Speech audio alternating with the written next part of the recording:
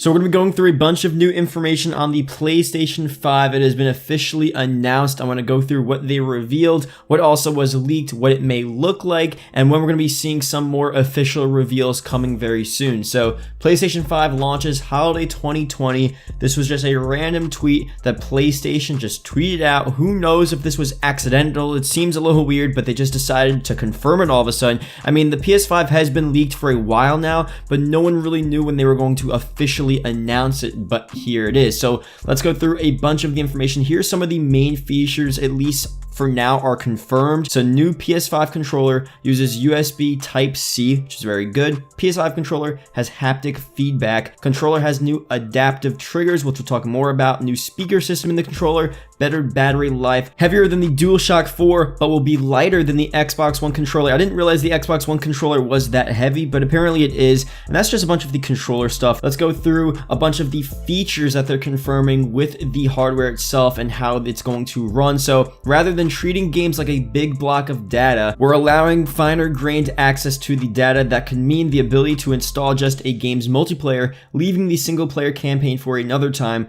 or just installing the whole thing and then deleting the single player campaign once you've finished it. So they've done that sometimes with some games. You could start downloading half the game and you could start playing it early, but this is more just with any single game. You could just choose to download one portion of the game and only play that, or you can choose to download another, delete it after. That's very interesting, very cool. Definitely would work for campaigns that you complete and you just don't want to play anymore, you need more space. The more refers to something I'm quite excited about, a preview of the new controller that will ship with the PlayStation 5. One of our goals with the next generation is to deepen the feeling of immersion when you play games. We had the opportunity with our new controller to reimagine how the sense of touch can add to that immersion. So I'm going to go through what technical features they're changing with the PS5 controller in a second, but let's talk about what it actually looks like and how it may change moving from the past PlayStation controllers over to the PS5. So here's a little image, the evolution of the PlayStation controller. You could see pretty much through the DualShock 2 through DualShock 4 controllers, they look fairly similar designs, nothing really too crazy. I mean, the biggest difference was from the original one over to the second one, but other than that, you have a pretty standard design. I don't know if they're going to go really all out with the PlayStation 5 controller or just stick with what they know. The PS4 DualShock 4 controller is a very solid controller, probably one of people's favorite controllers that, any company has ever made. Definitely, beats out the Xbox One. I don't know if it's better than the 360 controller. That is another just perfect controller, but the PS4 DualShock 4 controller is a very solid controller, so they may think if it's not broken and people want the controller, people like the DualShock 4 controller, don't fix it, don't try to change it for no reason, because that will just cause a whole ton of controversy and it'll stray away from what made the DualShock 4 great. So I think for now, it should look very similar to the DualShock 4, but with these new added technical features. So the first thing here is that they're adding haptic feedback to replace the rumble technology found in controllers since the 5th generation of consoles. So with haptics, you can truly feel a broader range of feedback. So crashing to a wall in a race car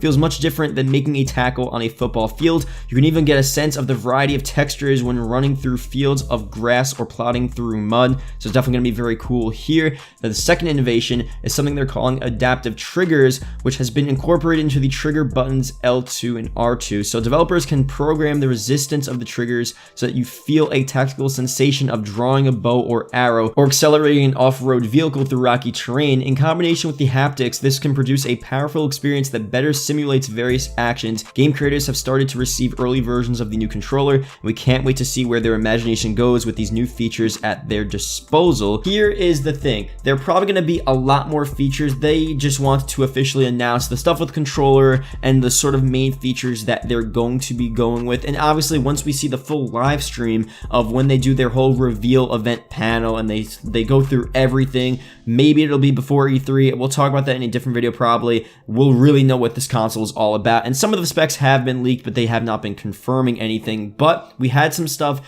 with the console image leaking, and a bunch of people were saying that, the console leaked. It's actually the dev kit, And even though the dev kit may be some sort of indicator, for the most part, most dev kits look nothing like the actual console, but it may give us a slight hint as to what we're going to be seeing. So in the PS5 dev kit, there is some sort of V shape, the Roman numeral for 5, and people are saying, and here's just something from an article, perhaps the only useful question raised by the dev kit is whether the big V shape will be in the consumer version, and if Sony will actually be referring to it as the PlayStation 5 with the Roman numeral, which I don't think they are, because they did tweet out PlayStation 5 with the 5 in the number form, so they probably won't switch over to the Roman numeral. But anyway, they could have the Roman numeral into some sort of variation, whether it's the shape or something engraved in the PS5, and obviously that would be very interesting. That would definitely change the way the console looks, so who knows what that case is there. But the dev kit itself, that's definitely not going to be the console. I mean, it does look pretty weird. It doesn't really look right.